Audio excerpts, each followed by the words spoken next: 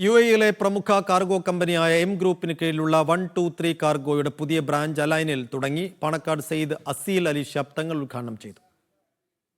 Align ഷെരീക്കാത്തിലാണ് പുതിയ branch പ്രവർത്തനം ആരംഭിച്ചത്.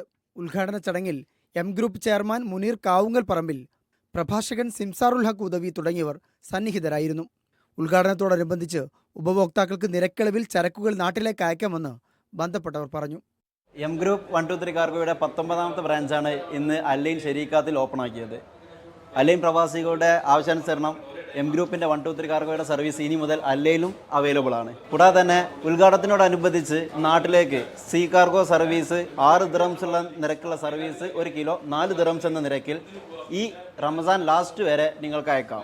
കൂടാതെ തന്നെ എയർ കാർഗോ എക്സ്പ്രസ് 12 ദിറംസ് ആയിരുന്നു, അത് ഇപ്പോൾ 1 കിലോ 10 ദിറംസ് എന്ന നിരക്കിൽ വെറും 5 ഡേയ്സ് കൊണ്ട് വീട്ടിലെത്തിക്കാൻ പറ്റിയ സർവീസും കൂടിയാണ്. 123 കാർഗോ മാനേജർ ഫാസിൽ, മഷൂദ്, നിസാം, മുസവ്വിർ, അഫ്സൽ തുടങ്ങിയവർ ചടങ്ങിൽ സംബന്ധിച്ചു.